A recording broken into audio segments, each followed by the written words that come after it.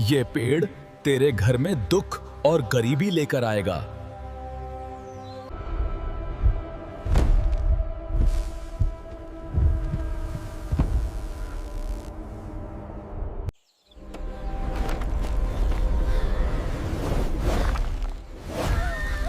नमस्कार, आपका स्वागत है। एक समय की बात है, भगवान श्री कृष्ण के एक प्रिय मित्र उनसे मिलने के लिए द्वारका नगरी पधारे। भगवान श्री कृष्ण ने उनका अत्यंत आदर और स्नेहपूर्वक स्वागत किया और मुस्कुराते हुए उनके आने का कारण पूछा। तब वह सखा बोले, हे केशव, आप तो सर्वज्ञ हैं, सब कुछ जानते हैं। फिर भी आज मैं आपसे यह जानने के उद्देश्य से आया हूं कि मनुष्य को किन किन वृक्षों का रोपण करना चाहिए, कौन से वृक्ष भवन के सामने लगाने योग्य हैं, किन वृक्षों के लगाने से दरिद्रता दूर होती है, तथा कौन से वृक्ष शत्रु, रोग, भय, भूत पिशाच जैसे संकटों से रक्षा करते हैं। यह सुनकर भगवान श्री कृष्ण मंद मुस्कान के साथ बोले, हे सखा, आज तुमने अत्यंत श्रेष्ठ और कल्याणकारी प्रश्न किया है। यह प्रश्न केवल तुम्हारे ही नहीं, समस्त मानव जाति के कल्याण से जुड़ा हुआ है। इस संसार में वृक्षों का योगदान अतुलनीय है। वृक्ष सदा ही पूजनीय रहे हैं, क्योंकि वे न केवल प्राणवायु प्रदान करते हैं, बल्कि पृथ्वी पर जीवन का आधार भी हैं। परंतु आज तुमने भवन की सीमा में वृक्ष लगाने के विषय में जो प्रश्न किया है, वह अत्यंत गूढ़ और शुभ फलदायक है। भगवान आगे बोले, वास्तव में जब कोई मनुष्य अपने घर के समीप उचित वृक्षों का रोपण करता है, तो वह न केवल अपने भवन की सुंदरता बढ़ाता है, बल्कि अपने जीवन में सकारात्मक ऊर्जा का संचार भी करता है। वृक्ष वातावरण को शुद्ध करते हैं, मन की शांति बढ़ाते हैं और घर से नकारात्मकता को दूर करते हैं। ऐसे शुभ पेड़ पौधे जिनकी छाया, सुगंध और ऊर्जा पवित्र होती है, वे घर में सुख, शांति और समृद्धि का आगमन कराते हैं। साथ ही यह अनेक प्रकार के वास्तु दोषों को भी समाप्त करते हैं। घर के आंगन में खड़े वृक्ष देवताओं के समान रक्षक बन जाते हैं, जो उस घर की रक्षा करते हैं। फिर श्री कृष्ण ने कहा, हे मित्र, अब मैं तुम्हें यह बताऊंगा कि कौन से पौधे घर के समीप लगाने चाहिए और किन पौधों से बचना चाहिए। परंतु उससे पहले मैं तुम्हें एक प्राचीन कथा सुनाता हूं। इस कथा के माध्यम से तुम स्वयं समझ सकोगे कि वृक्षों और पौधों का मनुष्य के जीवन पर कितना गहरा प्रभाव होता है। कौन से वृक्ष दरिद्रता को आमंत्रित करते हैं और कौन से सुख समृद्धि का प्रसार करते हैं। जो भी व्यक्ति इस कथा को श्रवण करता है, उसके सैकड़ों पाप नष्ट हो जाते हैं और उसके जीवन से दरिद्रता सदैव के लिए दूर हो जाती है। भगवान श्री कृष्ण का सखा हाथ जोड़कर विनम्रता से बोले, हे केशव, मैं इस कथा को अवश्य ध्यानपूर्वक पूर्ण रूप से सुनूंगा। कृपया मुझे वह कथा सुनाइए जिससे मैं और समस्त जन यह समझ सकें कि वृक्षों का घर के समीप क्या प्रभाव पड़ता है। भगवान श्री कृष्ण ने मुस्कुराते हुए कहा, हे सखा, सुनो। पूर्व काल की बात है। मध्य देश में एक अत्यंत शोभायमान नगरी थी। उस नगरी में धनेश्वर नाम का एक वैश्य अपने परिवार सहित निवास करता था। धनेश्वर धनवान था, परंतु उससे भी अधिक वह ईश्वर भक्त था। वह प्रतिदिन भगवान विष्णु की पूजा अर्चना करता, मंदिर जाता और दान पुण्य में सदैव तत्पर रहता। उसकी पत्नी सुमति भी अत्यंत सुशील, धार्मिक और गृह कार्य में निपुण थी। उनके घर में धन धान्य, सुख संपत्ति और प्रसन्नता की कोई कमी नहीं थी। भगवान की कृपा से उनका जीवन पूर्णतः आनंदमय था। इस प्रकार अनेक वर्ष शांति से बीत गए। एक दिन धनेश्वर की पत्नी सुमति ने सोचा कि आंगन को और सुंदर बनाना चाहिए। उसने अपने आंगन में कुछ वृक्षों और पौधों का रोपण किया। प्रतिदिन वह उन पौधों को जल चढ़ाती, उन्हें पूजती और उनकी सेवा करती रही। किंतु उसे यह ज्ञान नहीं था कि कौन से वृक्ष शुभ फल देने वाले हैं और कौन से अशुभ प्रभाव डालने वाले। इसलिए उसने केवल अपनी इच्छा से जो वृक्ष उसे सुंदर और प्रिय लगे वही लगा दिए। दुर्भाग्यवश उन्हीं वृक्षों में अधिकांश ऐसे थे जो वास्तु और धर्म के अनुसार घर के लिए अशुभ माने जाते हैं। समय बीतने पर उनके घर में धीरे धीरे अनिष्ट के लक्षण प्रकट होने लगे। पहले धनेश्वर के व्यापार में भारी हानि हुई। उसके बाद घर में कलह और विवाद बढ़ने लगे। पति पत्नी में बार बार झगड़े होने लगे। जैसे जैसे वे वृक्ष बड़े होते गए, वैसे वैसे उनके जीवन में दुख, दरिद्रता और क्लेश बढ़ता गया। धनेश्वर का व्यापार पूरी तरह से डूब गया। घर में रखा धन समाप्त हो गया, यहां तक कि भोजन के लिए भी पैसे न बचे। भूख और चिंता से घर का वातावरण भारी हो गया। धनेश्वर की पत्नी अब अत्यंत दुखी रहने लगी। कभी वह अपने पति पर क्रोध करती तो कभी स्वयं को कोसती। एक दिन उसने क्रोधित होकर कहा, हे स्वामी, अब तो कुछ काम करो, कहीं जाकर कुछ कमाई लाओ। तब धनेश्वर गांव गांव घूमकर काम मांगने लगा, परंतु कोई भी उसे कार्य नहीं देता था। थककर वह घर लौट आया और बोला, हे भद्रे, मुझे कहीं पर भी कोई काम नहीं मिला, अब मैं कहां जाऊं? यह सुनकर सुमति और भी व्यथित हो उठी। धीरे धीरे उन्होंने घर के सारे गहने बेच डाले। जो थोड़ा बहुत अन्न प्राप्त हुआ, उसी से उन्होंने कुछ दिन पेट पाला, परंतु अब उनके पास कुछ भी नहीं बचा था। इस प्रकार केवल अशुभ वृक्षों के रोपण के कारण वह परिवार, जो कभी समृद्धि और आनंद का प्रतीक था, पूर्णतः दरिद्रता और दुख में डूब गया। किंतु धनेश्वर और सुमति यह नहीं समझ पाए कि उनके दुर्भाग्य का मूल कारण उनके ही आंगन में लगाए गए वे अशुभ वृक्ष थे। फिर एक दिन की बात है, जब धनेश्वर और सुमति अत्यंत दुखी और निर्धन हो चुके थे, उसी समय एक साधु महात्मा उनके द्वार पर पधारे। वे साधु महाराज तेजस्वी मुखमंडल वाले, शांति और करुणा से ओतप्रोत एक दिव्य आभा से युक्त थे। उन्हें देखकर धनेश्वर तत्काल उठ खड़ा हुआ, दोनों हाथ जोड़कर नम्रता से प्रणाम किया और बोला, हे साधु महाराज, पधारिए, इस गरीब के घर में आपका स्वागत है। कृपा करके बताइए, मैं आपकी किस प्रकार सेवा कर सकता हूं? साधु महाराज ने शांत स्वर में कहा, हे महोदय, मैं कई दिनों से तीर्थ यात्रा पर हूं, निरंतर भ्रमण करते हुए अत्यंत थक गया हूं, इसलिए विश्राम के लिए कोई स्थान ढूंढ रहा था। यदि तुम्हें कोई आपत्ति न हो तो मुझे अपने घर में कुछ समय ठहरने दो। मैं कई दिनों से भूखा भी हूं, यदि थोड़ा भोजन मिल जाए तो परम कृपा होगी। साधु के ऐसे विनम्र और करुण वचन सुनकर धनेश्वर के नेत्रों में श्रद्धा छलक आई। वह बोला, हे साधु महात्मा, आप अवश्य ही कोई महान पुण्य आत्मा हैं। आपके मुखमंडल से दिव्य तेज प्रकट हो रहा है। आपके चरण मेरे घर में पड़े, ये मेरा सौभाग्य है। आपकी सेवा करना मेरे लिए परम आनंद का विषय है। कृपया भीतर आइए। साधु महाराज मुस्कुराए और घर के भीतर चले गए। उन्होंने आंगन में एक कोने में आसन ग्रहण किया और विश्राम करने लगे।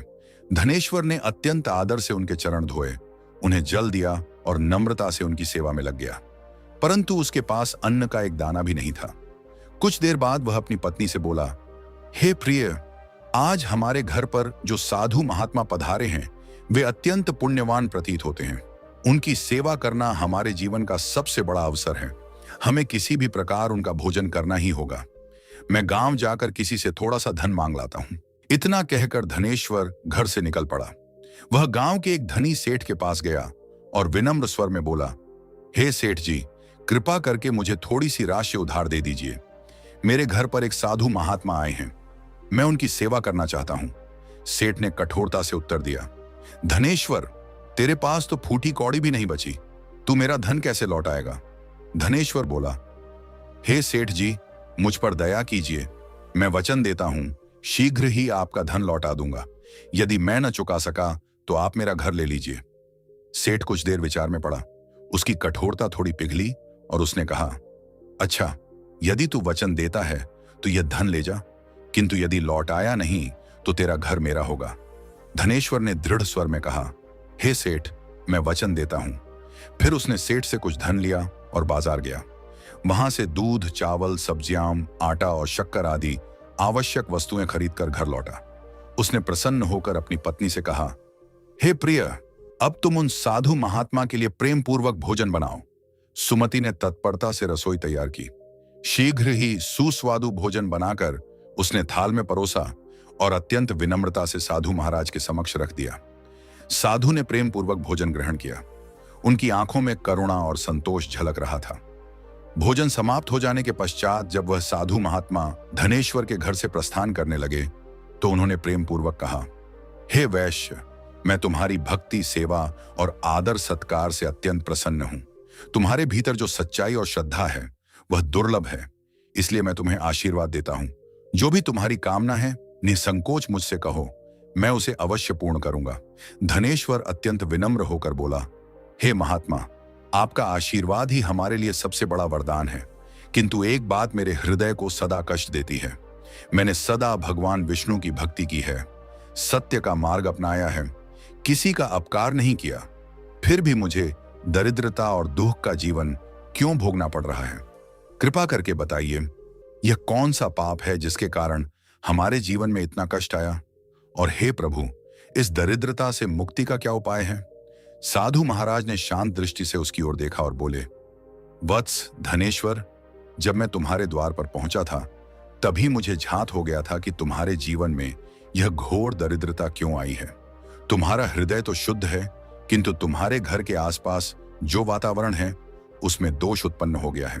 तुम्हारे घर के आंगन और सीमा के पास जो वृक्ष लगे हैं वे ही तुम्हारी दरिद्रता और संकटों का मूल कारण हैं। तुम्हारी पत्नी ने अज्ञानवश कुछ ऐसे वृक्षों का रोपण किया है जो वास्तु और धर्म के अनुसार अत्यंत अशुभ माने गए हैं।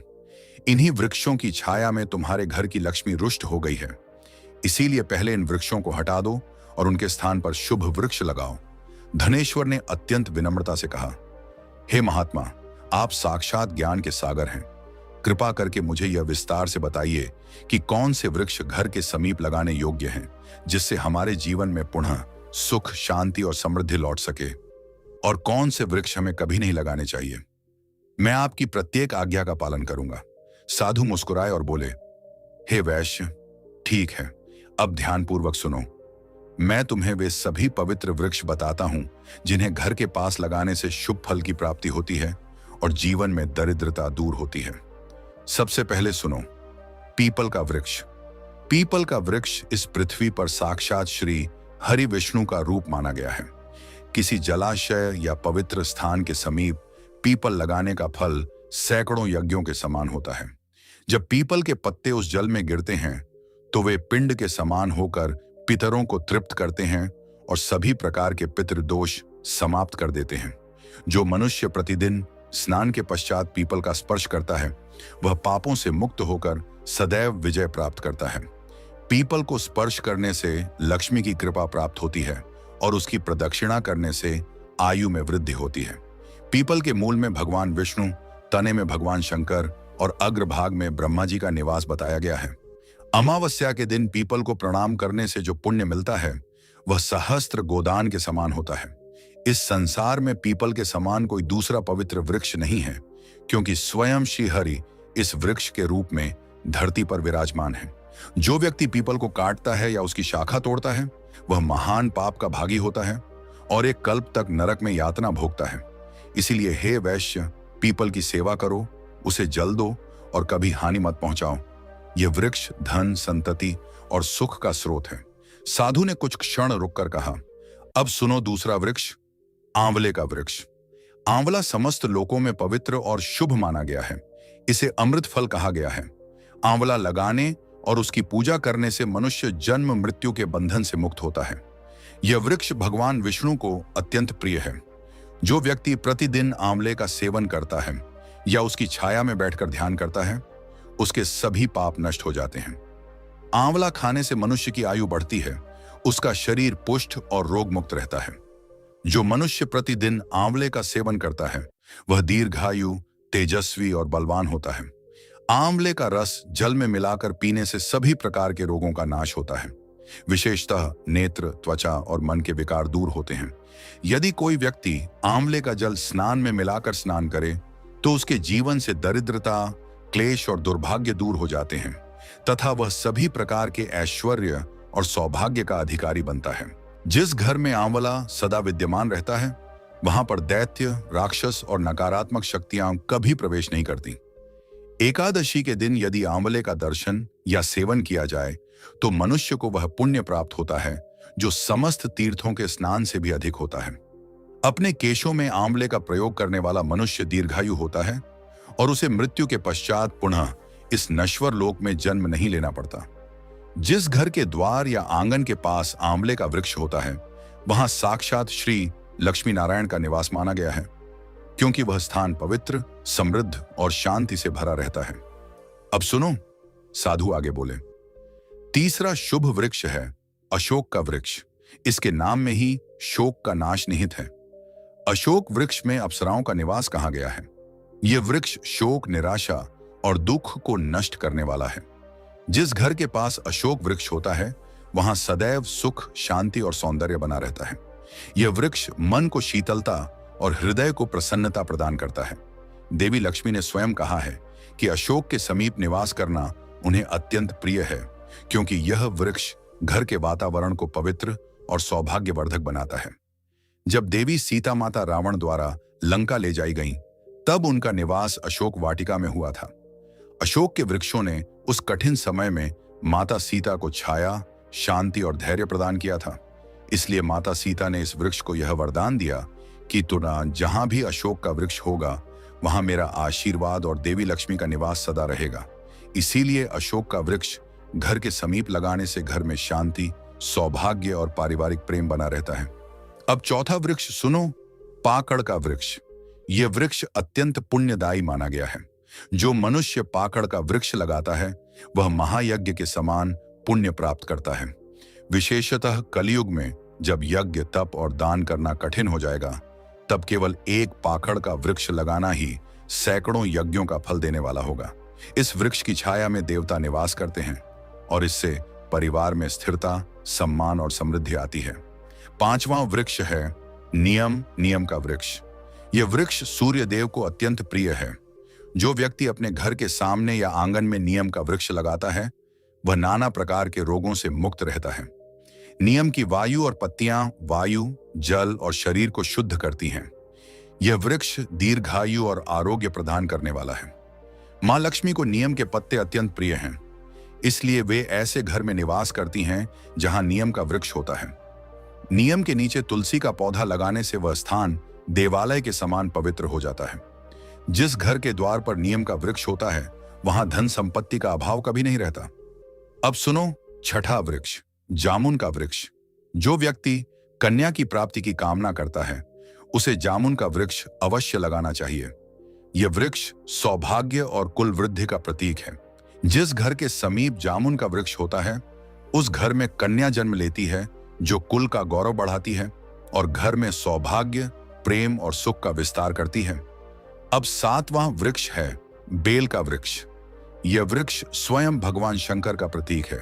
बेल के 3 पत्र त्रिदेवों ब्रह्मा, विष्णु और महेश का स्वरूप माने गए हैं।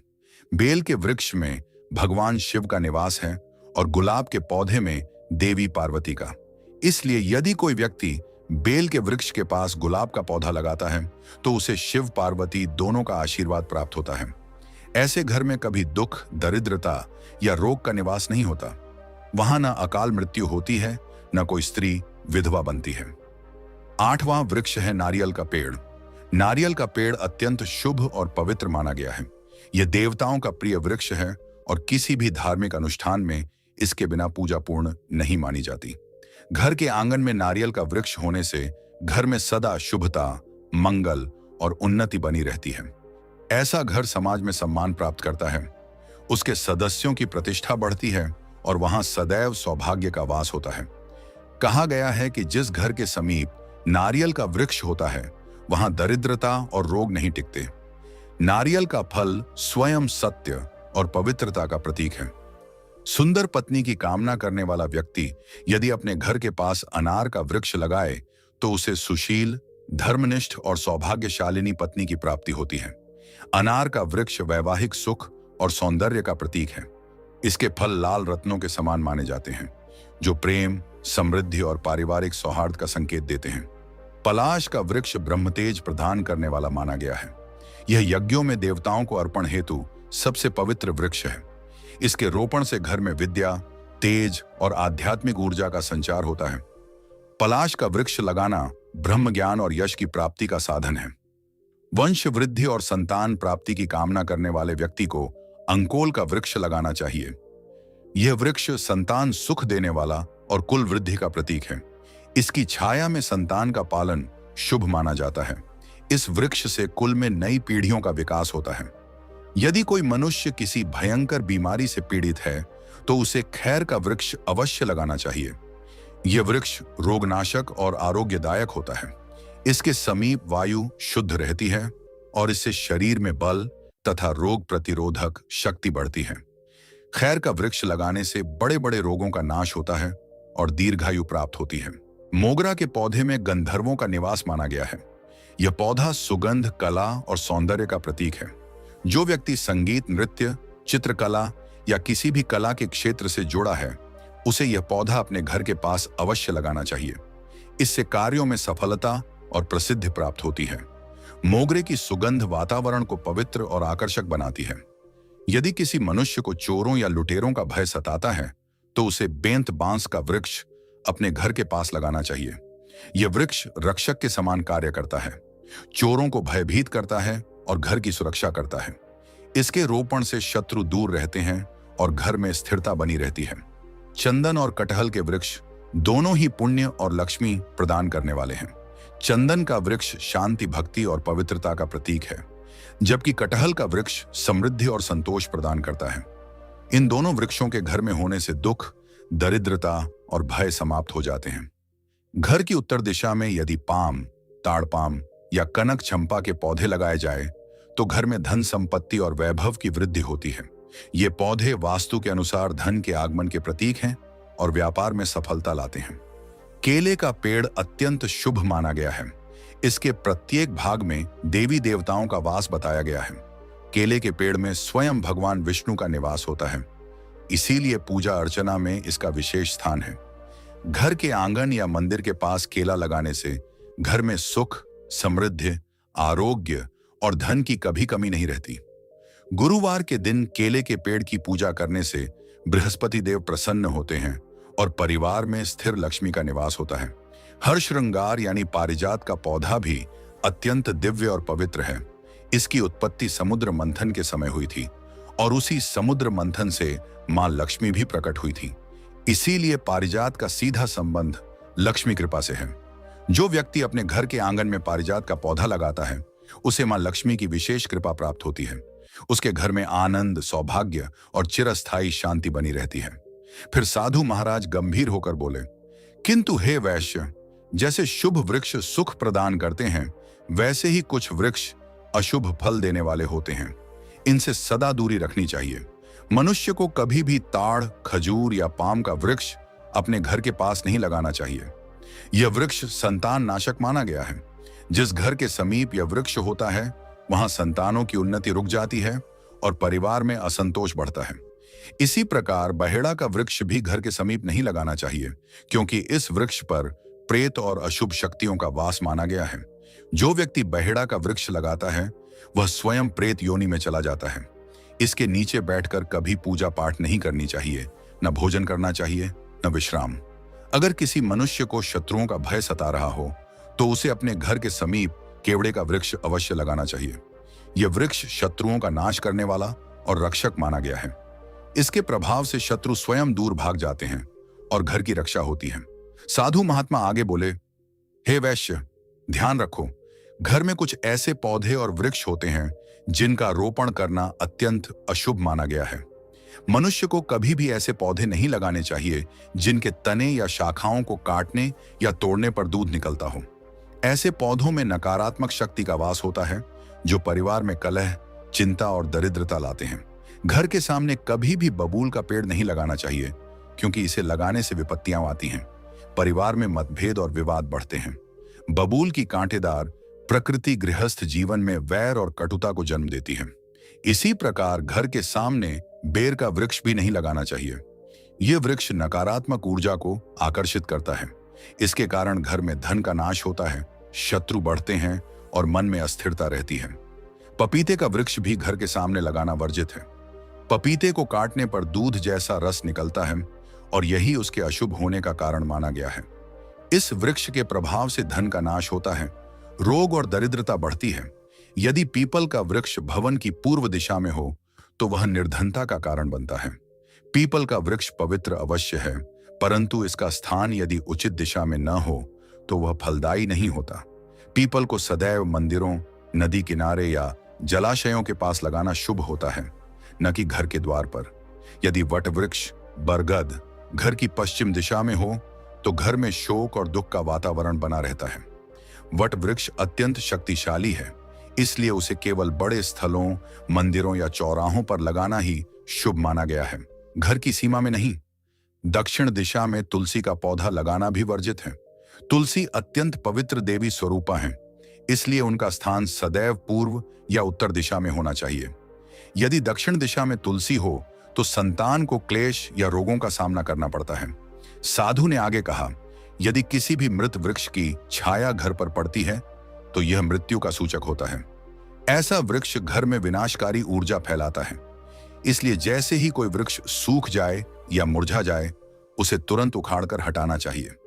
जीवित वृक्ष ही घर में मंगल और प्राण ऊर्जा का संचार करते हैं। फिर साधु महात्मा ने कहा, हे वैश्य, अब मैंने तुम्हें शुभ और अशुभ सभी वृक्षों का विस्तृत ज्ञान दे दिया है। यदि तुम इन नियमों का पालन करोगे और शुभ वृक्षों का रोपण करोगे तो तुम्हारे जीवन में पुनः सुख, शांति और लक्ष्मी का वास होगा। यह वृक्ष केवल छाया नहीं देते, ये देवताओं का रूप हैं जो मनुष्य के जीवन को संतुलित, पवित्र और समृद्ध बनाते हैं। यह सुनकर धनेश्वर ने हाथ जोड़कर कहा, हे महात्मा, आपने आज मुझे ऐसा ज्ञान दिया है जो मेरे जीवन का अंधकार दूर कर देगा। मैं आपका सदा आभारी रहूंगा।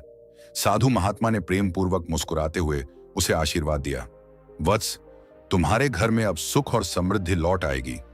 ये कहकर वे साधु महात्मा वहां से अंतर्ध्यान हो गए। धनेश्वर और उसकी पत्नी सुमति ने जब देखा कि साधु अचानक अदृश्य हो गए तो उन्हें समझ में आ गया कि वे कोई साधारण तपस्वी नहीं थे। वे स्वयं भगवान विष्णु ही उनके कल्याण के लिए आए थे। दोनों पति पत्नी की आंखों से आंसू बहने लगे। वे भाव विभोर होकर भगवान विष्णु को प्रणाम करने लगे। इसके बाद धनेश्वर ने साधु महात्मा की आज्ञा के अनुसार अपने घर के समीप सभी अशुभ वृक्षों को हटाया और शुभ वृक्षों का रोपण किया। कुछ ही समय में उसके घर में अन्न, धन और वैभव की वर्षा होने लगी। व्यापार फिर से चल पड़ा और परिवार में सुख, प्रेम और आनंद का वातावरण बन गया। भगवान श्री कृष्ण ने मुस्कुराते हुए अपने सखा से कहा, हे मित्र, इस प्रकार मैंने तुम्हें शुभ और अशुभ वृक्षों के विषय में बताया। यदि मनुष्य इन नियमों का पालन करे तो उसके घर में सदैव लक्ष्मी निवास करती है और जीवन में कभी दरिद्रता नहीं आती। तो दोस्तों, इस कथा से हमें यह प्रेरणा मिलती है कि घर के आसपास शुभ वृक्षों का रोपण न केवल सौंदर्य बढ़ाता है, बल्कि यह ईश्वरीय कृपा, स्वास्थ्य और समृद्धि भी प्रदान करता है। यदि आपको यह कथा और जानकारी अच्छी लगी हो तो वीडियो को लाइक करें, चैनल को सब्सक्राइब करें और कमेंट में जय श्री कृष्ण अवश्य लिखें। आप सभी का हार्दिक धन्यवाद।